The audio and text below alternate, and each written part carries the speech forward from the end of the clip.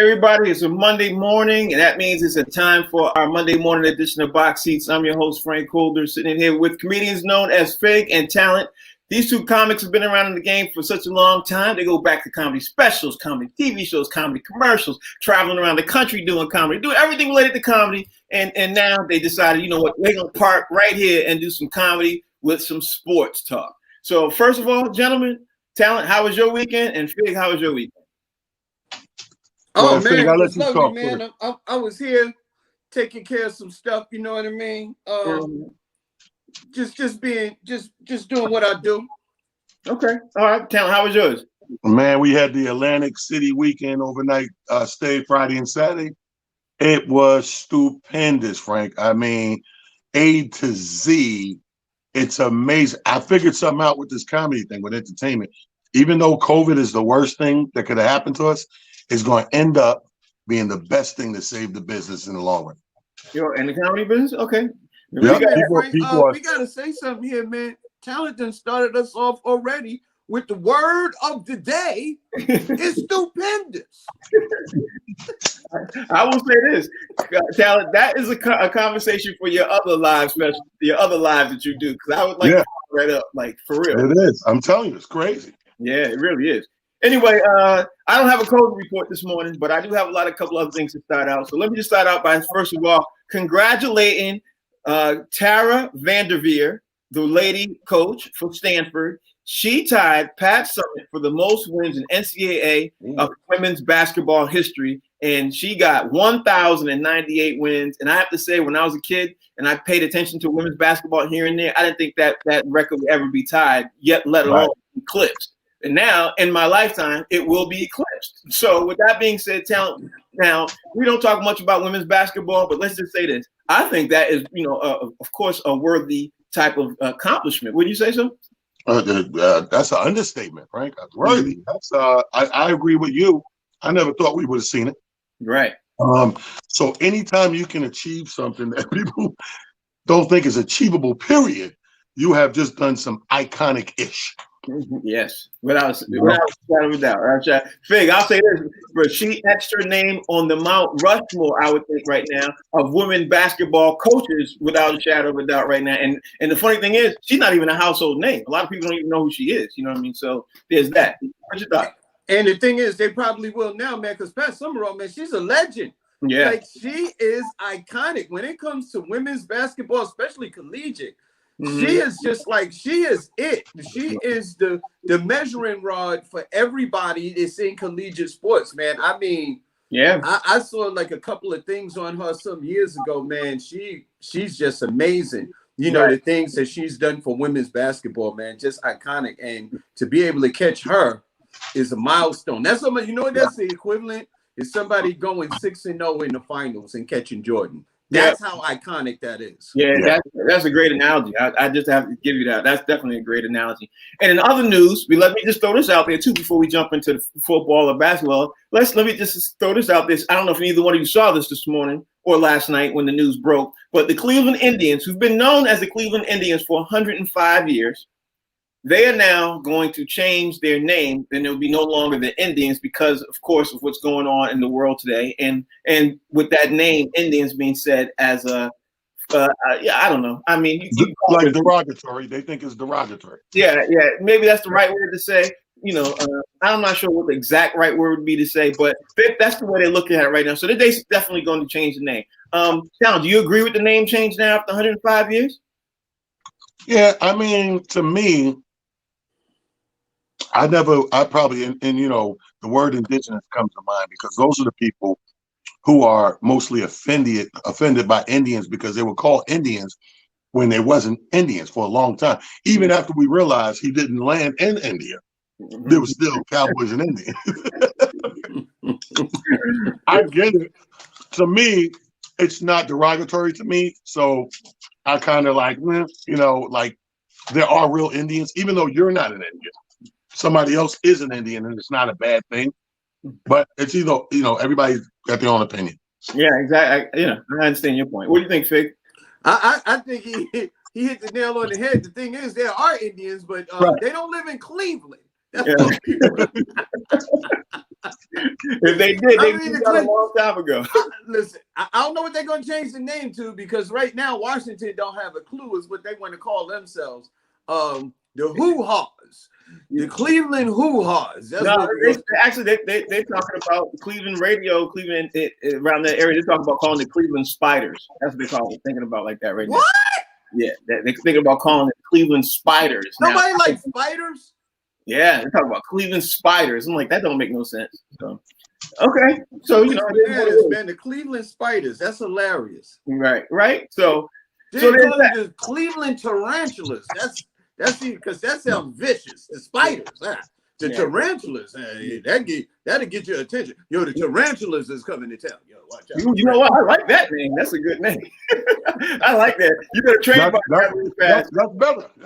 Yeah, tarantulas. I like that. But anyway, man, let's jump out and talk about the NFL, because I think the biggest story that came out of the NFL weekend was the youngin from Jalen Hurts. You know, I don't think anybody saw the Eagles going in to play the New Orleans Saints. I don't even know if I know I didn't pick the Eagles. I ain't even gonna front act like I did. I know I did. But it sounded good for a second when I was saying it. But Jalen Hurts, he went in and he balled out. So, Talent, first of all, before I even ask the serious questions, let me just ask you overall about Jalen Hurts. When you saw him play and you saw that they actually had the upset, probably could be the upset of the year so far, what was your thoughts when you saw that Jalen Hurts came in and beat the #1 defense in the league, especially all these weeks into the season, you know what I mean? And this dude's rookie, he got thrown out there to the Wolves. What's your thoughts? Well, I thought deja vu. Let me tell you what I think is going on in Philly. Mm-hmm. This is deja vu of that Super Bowl run they just did with Nick Foles. Mm-hmm. I think that team, for some reason, because it's the same people, but they don't play for Wentz like they did for Foles, and then now, you know, Jalen. It's like, is Wentz the problem? I'm not talking about skill wise. Mm-hmm. I'm talking about, you know, we're gonna play as a team. Our camaraderie we raise up for this guy as opposed to this guy. I think it's something going on there. Nobody's seeing or mentioning. Mm-hmm. Okay, that's a good point. Fig, what's your thought process? Let me just say this.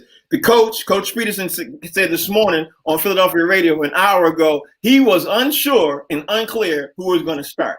And if that ain't the worst statement by a coach of the year, I don't know what is. But then let me tell you what the organization told him. He said, listen, you can be unclear as you want to, but if Jalen Hurts don't start next week, you don't have a job. So now decide based on that information. We're going to give you all the information necessary in order for you to make a quality decision, you idiot. You just beat one of the most competitive teams in the NFL, and you wasn't supposed to win that game. The most, not one of them. Yeah, you wasn't supposed to. There's no way.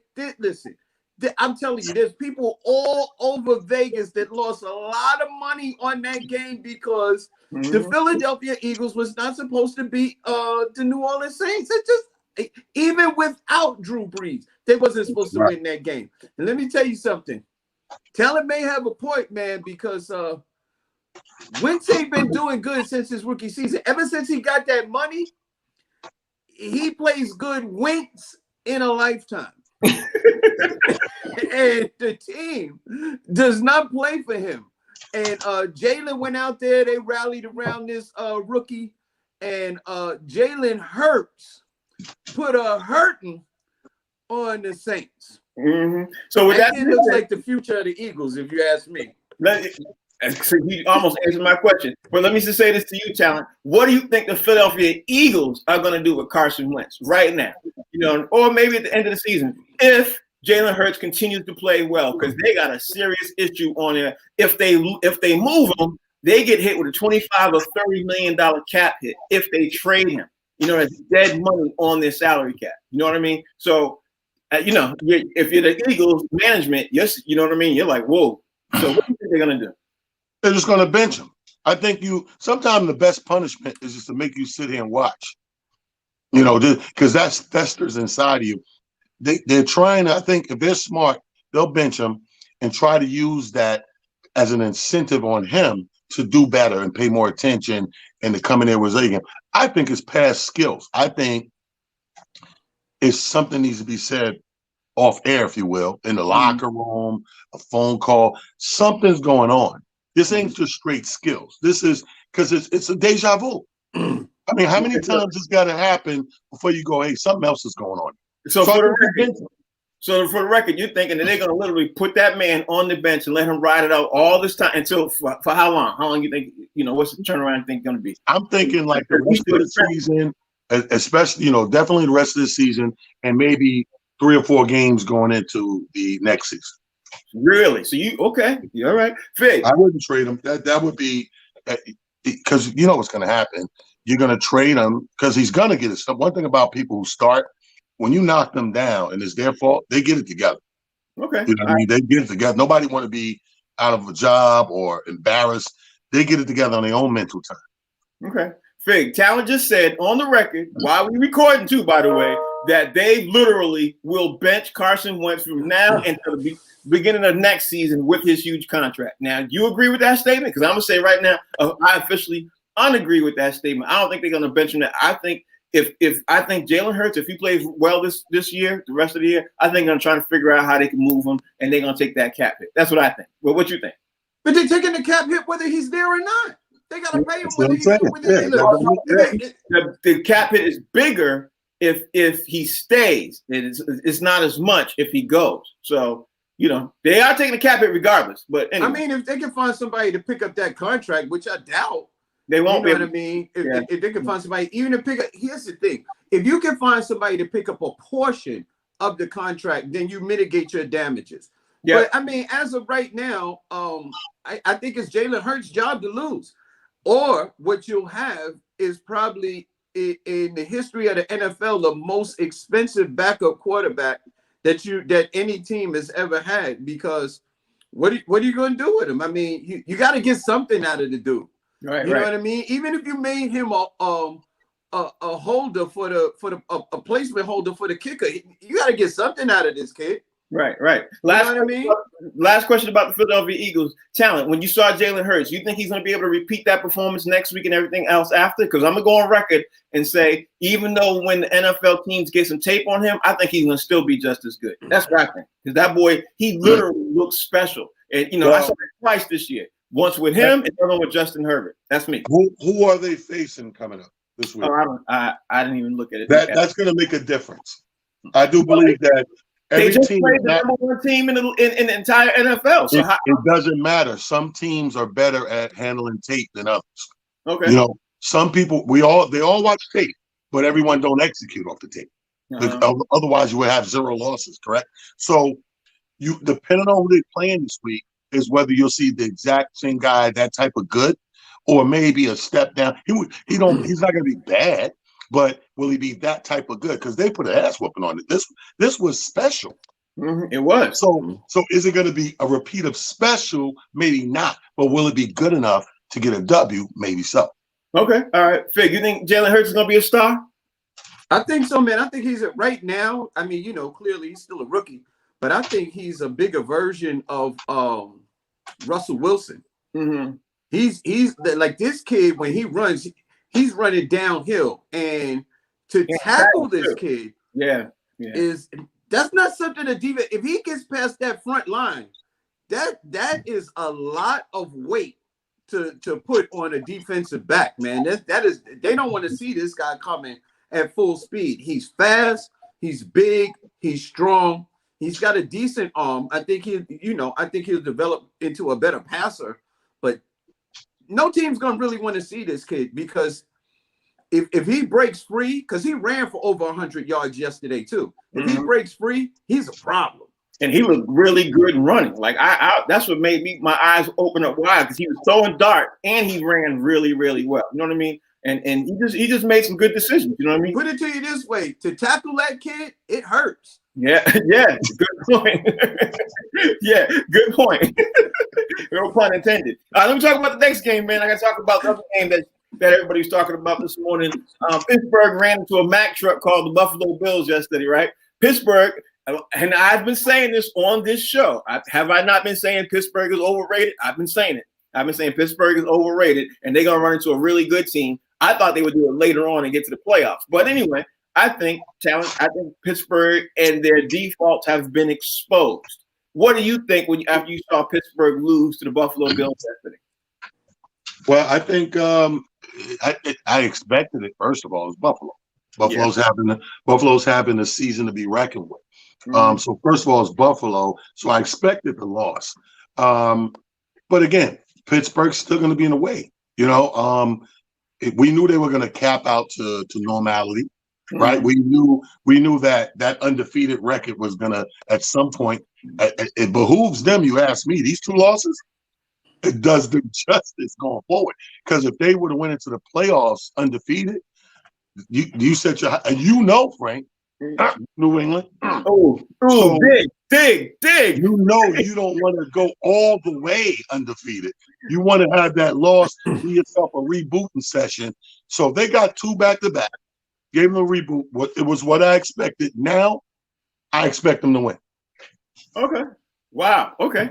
All right. That's shocking. What's your thought process when you saw Buffalo? Because I know you watched the game, Fig. I know you watched Buffalo, and I know you saw how good Buffalo played, and you saw how Pittsburgh was dropping stuff. It just didn't seem like a what are they, a 10-1? They didn't look like that team. Tomlin said it 3 weeks ago. He was like, "We played horribly. We played absolutely horrible. It was. He said that's just not the kind of football that we play, and that was a game that they won. And then, he's like, Tomlin's a prophet based on what he said 3 weeks ago, because 2 weeks in a row they lost. Now here's the thing. Now you get to see what they really made of. You get to see what kind of players Pittsburgh really had. Are they going to, suck it up, get it back together, and start back playing winning football? Are they going to play Pittsburgh Steelers football? Or are they going to continue to suck throughout the rest of the season? Because they really look bad. Ben got beat up, you know what I mean, yesterday. It was like the defense pinned their ears back and they just went after Ben, you know what I mean? And it was like, look, we got a lead. Y'all gonna have to beat us now. And Ben just couldn't get it done. He turned back into Fatburger. I don't know what he did over these last 2 weeks or what it was that he was eating. Maybe he took a trip, to LA and got him some Fatburger and just had him stored in his freezer and was heating them up and eating them these last 2 weeks, because that's what he played like. He played like the Ben Fatburger that was in the beginning of the season. The worst part is, and a lot of people have really glossed over this, the worst part about that loss was they lost the number 1 top seed. You know what I mean? They gave it to Kansas City. So now, anybody coming out of the AFC, you got to go right through KC if you want to basically try to get to the Super Bowl. But let's talk about KC now, because Kansas City Chiefs, I watched that game, and the first 5 minutes of the game, I was sitting there saying, wow, are we about to see an upset? And literally 60 seconds after that, it was over. It was over. Kansas City was literally winning. They were losing 10-0, and before you know it, it was 14-10, and they never looked back. So I guess I'll ask you: is Kansas City playing to their level of competition talent, or do you just think they're not interested, or maybe they have a lot of chinks in their armor? What's your thought process when you saw that Kansas City versus Miami Dolphins game? In Kansas City, they are borderline the LA Clippers, right? So they will.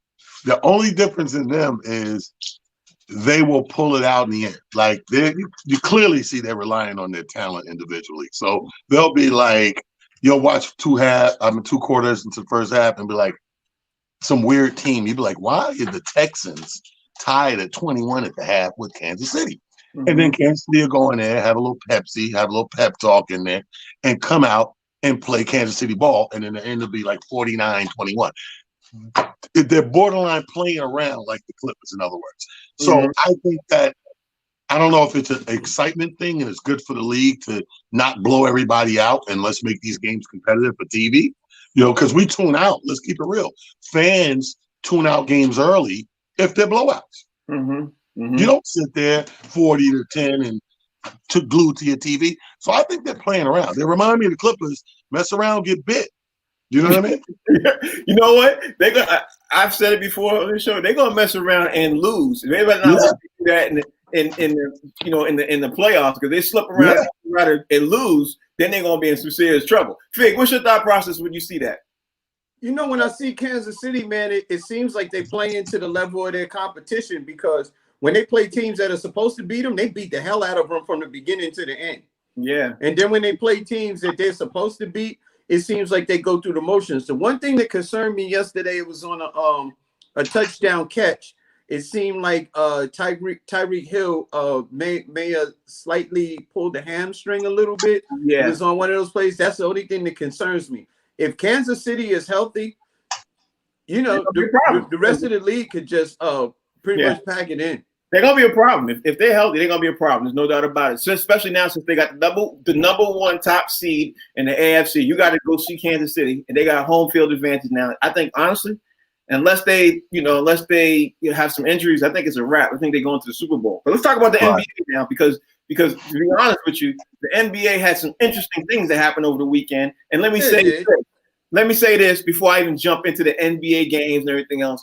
I don't know if you guys saw this news item, but LiAngelo Ball was waived by Detroit, on Friday night. You know what I mean? Detroit waived him. Now, I didn't see that all over the place and everything else like you normally would, but one of the Ball, boys, he got drafted and everything, and he got waived just like that. So, I guess talent, the question is he overrated? You know what I mean? Like, how he got waived before they even played a preseason game. Like, they even let him get to the court. They're like, you know what, Pat? Hey, talent, they did this. They said, come to the office, bro. Come to the office. You know what happened? I'm telling you what happened. They one phone call with the father. He sent his ass back. If you talk to the father, all it takes is one conversation with the father. We don't want this here. That waive him. You're like, I didn't play yet. Talk to your father. I'm not here with that. Because Lamar, that's horrible. Trouble, man. I guarantee you somebody had a conversation with the pops, and teams always, even at a college level, they always look at the family like the family they got to deal with, because they know they got to deal with the family to deal with the player. And a university will be like, you know what? We do or do not want this problem. We went to the house. We met with family. We good. We'll take this other guy. They're kind of the same, but his family's a little better to deal with. I'm telling you, I guarantee you. All right. Well, according to a Facebook user said he got waived after 2 preseason games. I read that he didn't even play a game, so I'll double check on that. But Fig, what was your thought process when you see? Hey man, the funny thing is, I watched the games because Detroit played the Knicks. I didn't even see him, so I don't even know if he made. I never seen him. I don't remember seeing him on the floor. I just don't. And the funny thing is that the middle child catch it, man. You know what I mean? The middle child catch it all the time. I don't know what it is about the middle child, man. It's something, because Lonzo and LaMelo, they doing fine. You know what I mean? They got a job, and this middle kid, man, they just treat him like a stepchild. They kicking him out the league. They was like, yo, man, but my brothers play. I want to play too. Yeah, take your ball and get out of here, kid. Hey, let me say this for the record. I haven't seen him play, so I don't know if he's good enough or not. I would have liked to have seen him play. That would have helped, but No, you'll still see him. You'll get to see him play. It's a couple of celebrity games coming up. Oh, I know. Now let's talk about y'all's boy, Kyrie Irving. Kyrie Irving, he did his thing with KD over the weekend. They showed up. They showed out. They the game was over at the half. But I guess the thing that really makes me say, these guys are going to be a problem if the way they move the ball, the way they literally did what good teams do. I think the Nets are going to be a serious problem if they can keep everything under wraps and they can keep all the drama off and keep things rolling. I think they can be a problem. But what you think, Talent, after you saw it? Well, okay, let's ask ourselves, who was they had one preseason game over the weekend, right? Yep, one. Who did they play? Washington Wizards. Yeah, can't tell you. Can't tell you. Washington has got a team full of JV players. We can't tell you. We need to see these guys go up against some competition that ranks in those top 10 like they do, and see where they stand at that. I need to see you up against something. I could go. You know what it reminds me of? Before every game, the warm up line, the layup line. What? Every team looked wonderful with the layup line. Go backwards, boom, alley-oop, boom, boom, through the legs, boom, 3-pointer, boom. Soon as that whistle blows, what happened to this guy? You know what I'm saying? Like, so I need to see them up against something before I give a report card.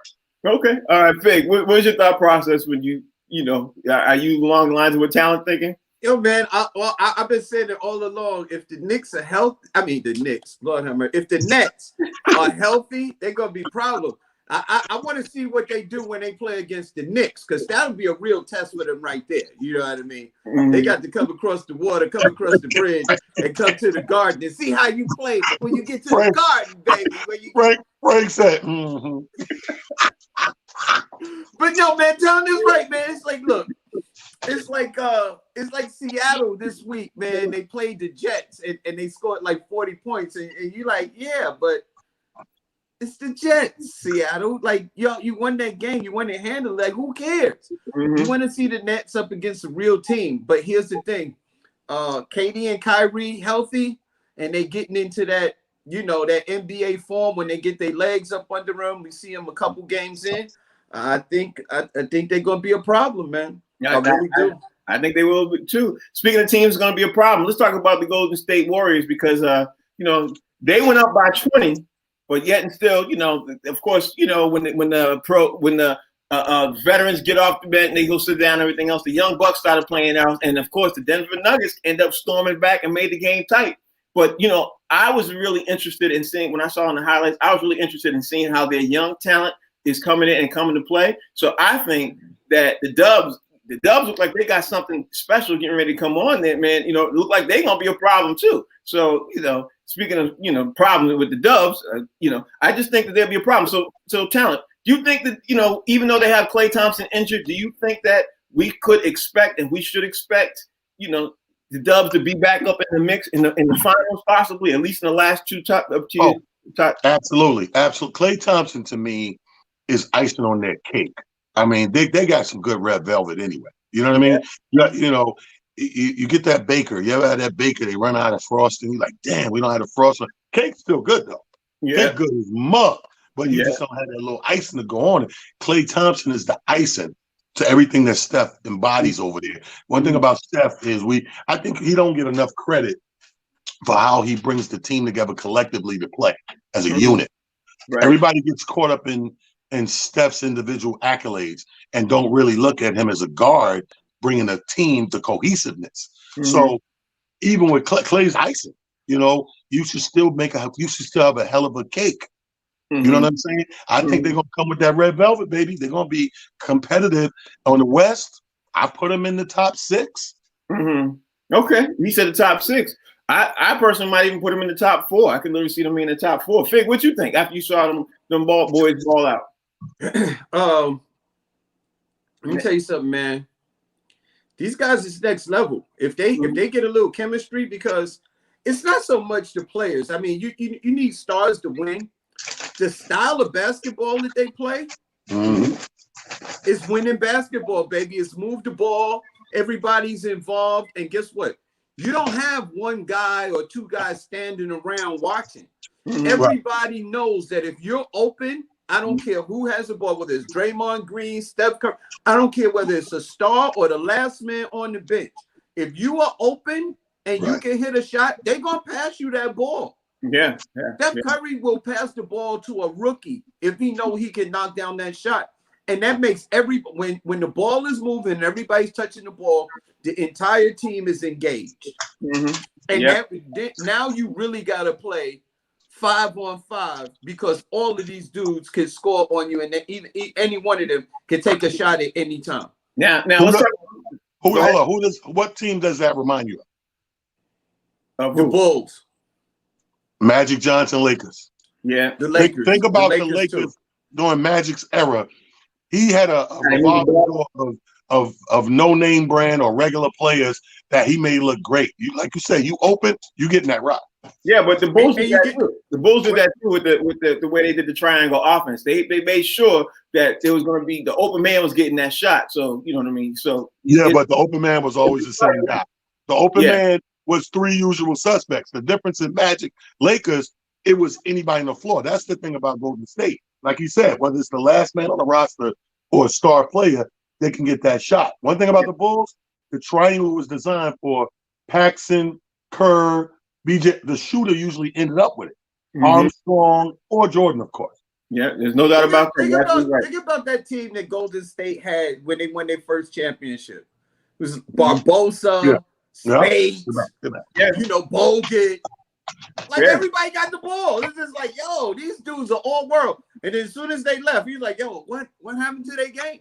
Yeah. You're absolutely right. Now let's talk about the Lakers. I want to get the Lakers before we get Rodney in. The Lakers had a game, and the Lakers, I think they found another future star on their roster. It could be said that they know it and they knew it because they got this kid named Jalen Horton Tucker. He's 20 years old, got 33 points and 10 rebounds, and they were playing against the Clippers. The young Bucks against the Clippers. You know what I mean? The Lakers. What's his name? His name is Jalen Horton Tucker. 20 years old. LeBron James over the weekend gave him his stamp of approval. Said, "Yo, this kid's gonna be a problem. He's a future star." You know, he highlighted him, several times on social media over the weekend. LeBron loves this kid. Now, people who have watched NBA professionals are saying the Lakers are super stacked right now, and they should repeat. I don't know about that one. So I'm gonna ask you, Talon. Do you think the Lakers will repeat with their young bucks that they got, and they set for the future? What you think? I don't think so. But to be honest with you, it's still a LeBron league. So the powers that be may clear the path again. I don't think so, but you can't put nothing against when it's your league. You don't bet against Jordan. You don't bet against Kobe, and now you don't bet against LeBron. No, I can't disagree with that, but I will say this, Fig. I'll say this. If the Lakers look, granted, it's one preseason game, you know what I mean? And the Lakers just stopped playing, you know what I mean? Literally, it seemed like they just stopped playing, 6 weeks ago because the season just ended, and they put in a couple other players and everything else. But I don't know. They might have the momentum still going, carrying over from the championship because, they just finished stop playing. There's no 6-month layover, you know what I mean? So what you think? Stars are stars, whenever they roll the ball out. This kid, they said rookie, he may be a player. He may not. Here's the thing. It's preseason. You know what I mean? The Clippers, they played the Clippers. The Clippers had pretty much the same team over there. A few changes, but they got a different coach, a different style of playing. It's going to take a while for them to gel. And then when teams start playing real defense, that's when you get to see who's who. Right. In preseason, guys are really just getting themselves into shape. They just getting themselves into NBA basketball shape and going through the motions. You know what I mean? Nobody's playing all out. Just the thing we was talking about the Nets. KD scored 15 points? Yeah, 17, I think. 15, 17. Yeah. Something like that. Something real pedestrian for KD. We know he could double that up anytime he wants. Right. So, was he playing hard or was he playing himself back in the NBA form? And that's pretty much what I think the other teams were doing. Let me see this kid. I didn't see it, but I'd like to see, I'd like to see what he does, if he's that dude. And I guess the Lakers are the favorite. Listen, to me, until somebody knocks you off, you the champ. Yeah. Even if it was COVID season and it was in the bubble. The Lakers won the championship. You the champs until somebody knocks you down.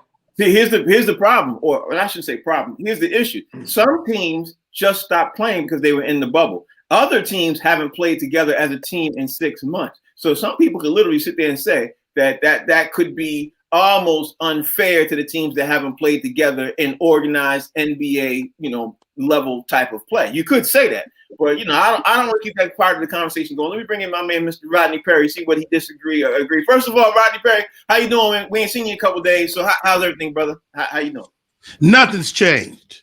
Okay. You guys still just besmirch the name of LeBron James and the Lakers. Okay. Each and every one of y'all. Every single one of y'all. I'm calling you out. Talent. Well, I don't know. I mean, the Lakers, how could they be the number one seed? Because they whoop people's ass. They whoop people's ass, Mr. Talent. Oh, Fig. Oh, wait. I don't know why, but let me, Fig like looking at it. Let me look at it. Let me figure it out. No, the Lakers. No, why not? Why not, Fig? You get I had to agree with that. Mr. Frank. My glasses. I had to agree. I had to agree with you, Mr. Talent, Mr. Fig. I mean, I can't see the legs. I can't. It's because you can't see.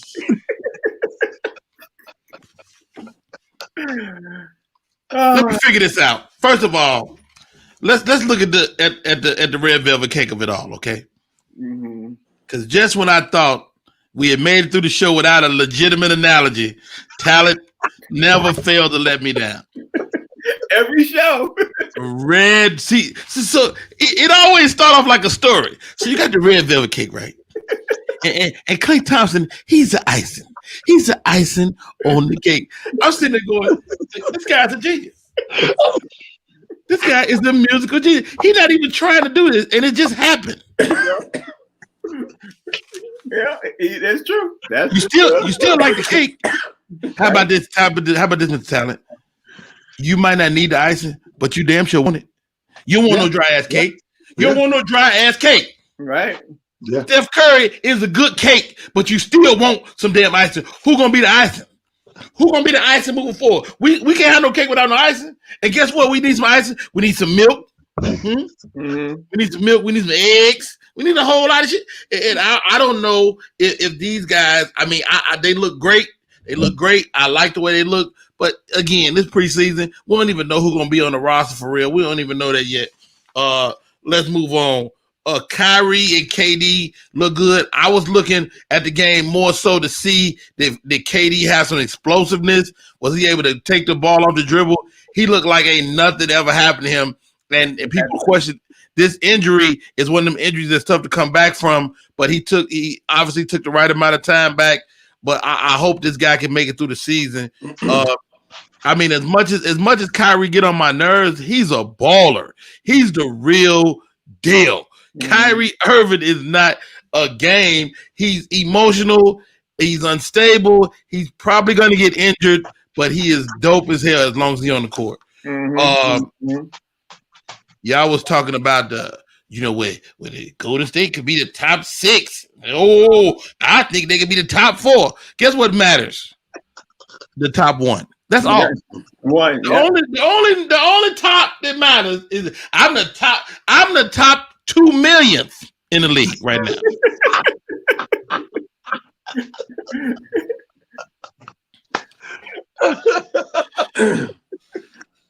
Talent took in. I'm going backwards. I'm working my way up to football.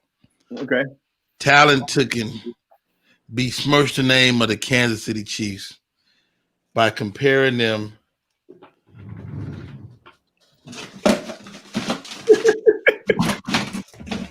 Where my stuff at? Comparing them to the lousy Clippers. Let me tell you something. How many times I got to tell y'all? The Clippers don't work. The Clippers just don't work. It just don't work. How would you compare the greatness of Kansas City to the Clippers? I said, is this the analogy? Is this it? Then I said to myself, oh, no, it's not the analogy. Kansas City. This is what Kansas City is. Kansas City is so good the league bores them. This is by far the worst NFL season ever. And even a good team is horrible. Kansas City is still bad. They're bad, but they just better than everybody. Everybody's bad. They even get COVID better than everybody. They'd never sneeze. Okay. Y'all like kill me. Like y'all talk about Hurts. You know what this reminds me of, Frank? What? You got all excited about the little boy over there, Justin Herbert. Remember that? Yeah. And you was excited. I think he the future. Justin Herbert. He ain't had a highlight since. Justin Herbert ain't had no positive. Let me tell you something about the NFL. Not true. He ain't had one highlight, Frank. We ain't talked about the man in weeks. All right, we'll see. We'll see who get the rookie of the year. Now you go. We'll see. You think Justin Herbert gonna get the rookie of the year? As quarterback, yeah, I think he will. He's the only one, Rodney. He's the only one that's still alive. Everybody else is sick. He's balling.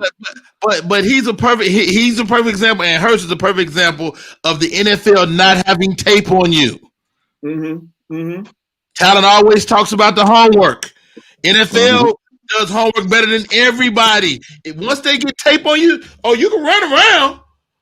You can run around, but as soon as I get some tape. As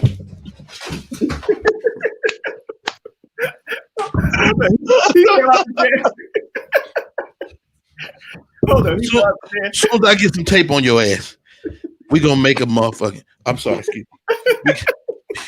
We gonna make an example out of you. So while y'all looking down the line, is Carson Wentz gone forever? They better not get rid of Carson Wentz. Because once they start looking at the tape, start hitting that remote, rewinding. Oh, he like to do that. Look at it. Oh, he like to run on third down. Oh, look at that. Oh, he like to. Before you know it, smash mouth football. Philadelphia. Oh, yeah, I just covered that. Okay. Somebody said on the show today, before I ask the serious questions, I believe it's our illustrious host. He said, gentlemen, before I ask the serious questions, when have we proclaimed ourselves to dabble in seriousness at all? We don't. Cleveland Spiders are horrible. Oh God, I can't. Okay. I like Fig's idea. The Cleveland Tarantulas sound like I'm scared of a tarantula. I'm scared of a damn tarantula. A spider is a daddy long leg. I step on his ass without question. But if I see a tarantula, I'm going the other way. Yeah, a good idea. I was privy to, as I watched the show, and I thoroughly enjoy you guys. And Fig showed another skill. He showed his ability to weave words together. And I got to be honest, Fig, your analysis was the spot. It was so impressive. I think though it needs to go back from whence it came because it hurts to listen to it. It needs to go back from whence it came because it hurts to listen to it. I like that word. And nobody noted this. The word of the day is indigenous. Wow. Yeah. Well done, Talon Harris. He pulled that. I saw him as he was saying the word, reach down in his ass and pull out indigenous label. There you go. He was like, hey, speaking of you know what I'm thinking right now? Indigenous. Hey, all in all, man, a great show. Thoroughly impressive. The name of the show is Box Seats. Frank Holder, we never shout you out, man. You're doing a hell of a job hosting this show, man. And well done. Now, let me ask you this. I'm on Facebook. I couldn't comment because they say I'm not following the page. Oh, I follow the page. I'll figure that out. No. I tried to follow it, but somebody got to tell me, let me in. I want to be in. Oh, okay. I want my name on the screen like these people. We'll figure it out after the show. We'll figure it out. I was sitting over here disagreeing. I said, Fig, comment. How the hell I can't? And I comment last. But you just turned that on, did you, Frank? No, don't deny it, Frank. You turned that on because you're trying to keep me out. I know what's going on, Frank. You think I don't know what's going on? I'm sick. Rodney, you got I'm sick of this, Frank Holder. I'm walking off set. You got mad, Rodney. Hey, Rodney, wait a minute, man. Come back. Rodney, come back. Hey, Rodney, I got to give you props, man. I got to give you props, bro. Like, you hooked me up with a new merch guy. Oh, did they work? I thought it didn't work out for you. Mm-hmm. I thought it wasn't either, but we talked and we worked. Look at this joint here. Let me show you how good this guy is. Look at this. Oh, that guy's good. It's nice. You like it? Yeah, like this long sleeve too. He can do hoodies and everything. He got you at a good price. You happy? Hey, bro, he hooked me. Not only that, I came back. He dropped 20% off. And now we got 3 orders in. We got the fleece hats, we got masks, we got the hoodies. Shout out to Rodney Perry, man. Hey man, I'm glad, man. That's a longtime friend of mine. I used to do gigs with that dude. He used to book little gigs in Sacramento, and he bought that direct-to-garment printing press. It's a $20,000 press, and so like his shirts, it's like it comes from the store. Yeah. Dude, I sold. We moved so much of these shirts this weekend on this little weekend thing in Atlantic City. And when I tell you, everybody, like, say they bought it Friday, they would come down to Saturday show wearing it and be like, you're like, dude, the quality. I called him. I called him 3 times. We've been talking like me and him was in Sacramento together. Is he out in Sacramento? Yeah. Hey, okay. I'm gonna get him give us a sponsorship, man, so we can really shout him out for real. All right, let's do that. But let me keep the show rolling. Let me ask you guys a question. I had an argument with a friend of mine over the weekend, and I wanted to throw it out there to you guys and see what your thought process is. Okay, and friend of mine. Wait, Frank. You got friends? That's interesting, right? That's interesting. Who knew? Go ahead. Very fun. If you all recall, last week we were talking about that the breakdancing is now going to be an Olympic sport, right? That's a fact. Yeah, it's a fact. The topic was, well, we had a couple of issues, a couple of topics, and the time isn't enough in this show to keep going through all this. But I'm going to start with you, Talent, because you are a DJ. You know what I mean? You are a DJ. If you were sitting on the Olympic committee, right? How in the hell are you going to find judges to be part of the judging for the breakdancing community? Now, because here's the problem. You know, and this is what I was saying. Here's the problem. My friend said we all agreed on a lot of stuff too. Here's the problem. If you're an Olympic committee, who you go find out to be the judge? It's the Olympics. You know what I mean? A lot of dudes who have notoriety, they 45 plus. You know what I mean? Some of them are damn near 60. You know what I mean? Like they you know. Here's what you got to understand. It's very easy. Judging's not hard. 2 things are going to happen. First of all, the reason that it made it to the Olympics is breakdancing is still huge internationally. Yep. When you go to Asia, these young, agile, athletic Asians, they done figured it out, mastered it way better than Beat Street and Breaking did. I mean, they done took it to the next level. So the guys who you're talking about, those crazy leg, all those guys who made a name for themselves back in the day breaking, they can bring those guys in and use their critiquing because they know what it is. All they're going to do is look at everything's going to go back to things like gymnastics, form, finishing, you know what I mean? Landing it, you know how they say stick the landing and stuff like that. That's going to be like, they're going to watch your performance, watch your creativity, and how you stick the landing, how you end off with the boom, the big boom at the end. It's going to be pretty easy. All right, well, that's one way of looking at it. Rodney Perry, how do you think they're going to sit there as the Olympic committee and be able to sit there and say, you know what, this person is going to be, a judge on the Olympics panel. You know what I mean? Now, I'm stressing that part because of simple fact, man, the dancing, competitions, things like that, these people are professional dancers. They get paid and they move through and everything else. The best dancers in the world, they don't have that kind of background. Like, you know what I mean? They're the best street dancers. You know what I'm saying? That's not entirely true. Some of the best dancers, hip hop dancers, have evolved and they choreograph and they do stuff worldwide. They're global. So I think they're out there. We may not know them, but the young lady that choreographed this movie I did, Fatima, she is a hip hop dancer. She took it to another level. You got Debbie Allen. Debbie Allen could definitely be a person that evaluates dance. Whatever type of dance it is. So there are some great dancers out there, and maybe you make a pound cake. You know what I'm saying? And maybe you bring in Pootie Tang. Maybe you bring in Pootie Tang. Hey, now, Fig. Here's the issue that my friend was saying. My friend was saying, and he made some good points. He was saying, Kev was saying that in order for you to actually have judges, they have to be break dancers. Now, Roddy just said you have to have somebody like Debbie Allen come in, and that was my point. My point was they'll get just about anybody who's going to be affiliated with dance to come in and judge it. And he was saying to be legitimized in the actual sport of break dancing, you need to have break dancers as judges. No. That's false. It's one thing. It's not your turn, Talent. It's not your turn. It's not your turn, Talent. It makes sense. Talent, it's not your turn. I got kids in school. If you got kids in school, hold up. If you got kids in school and they take dance, Your kid can't dance one component of dance.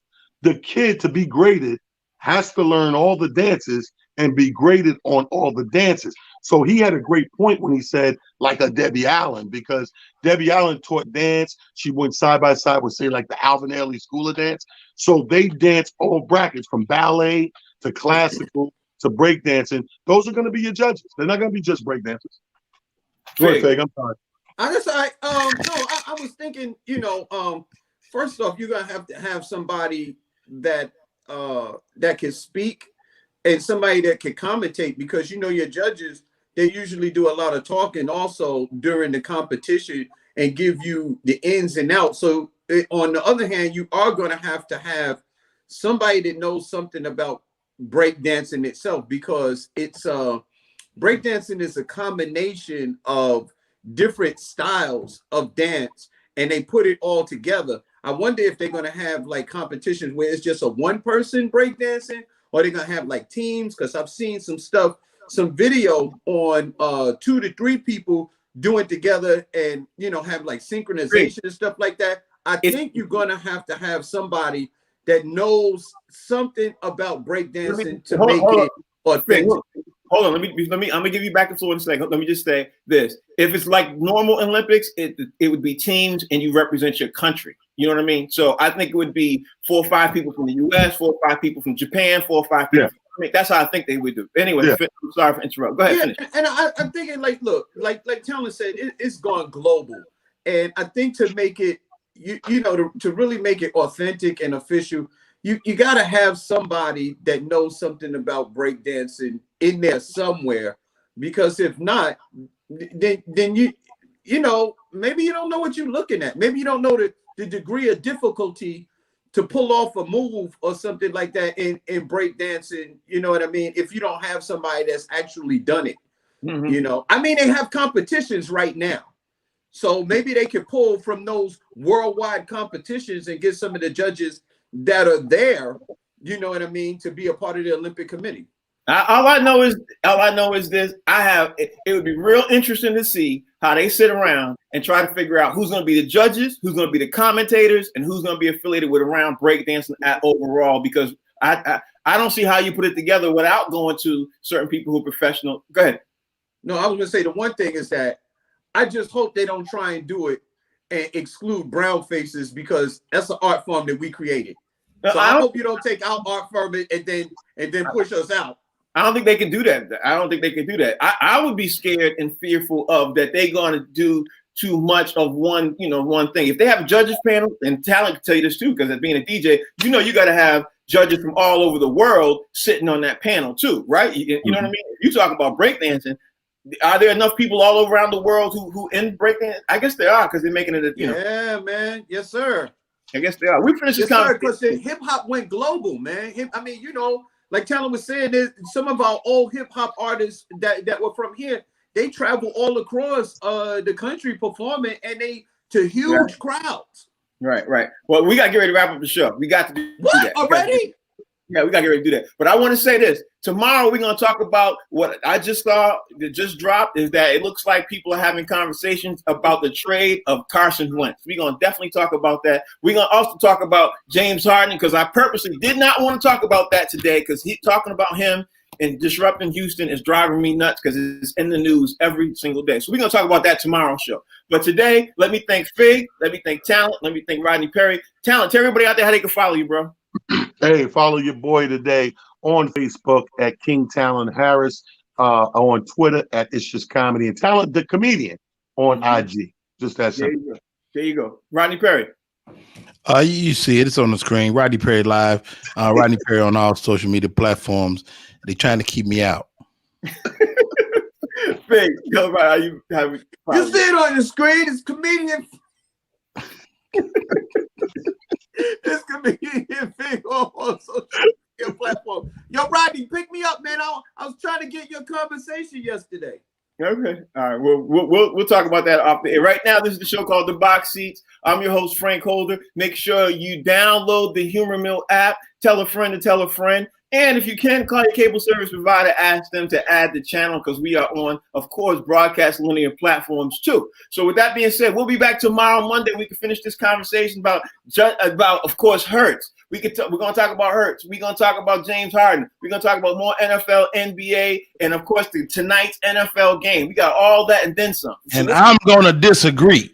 And Rodney Perry going to disagree all the time anyway, because that's what he does. Anyway, it's the show. It's Box Seats. We'll see y'all tomorrow. Same bad time, same bad channel.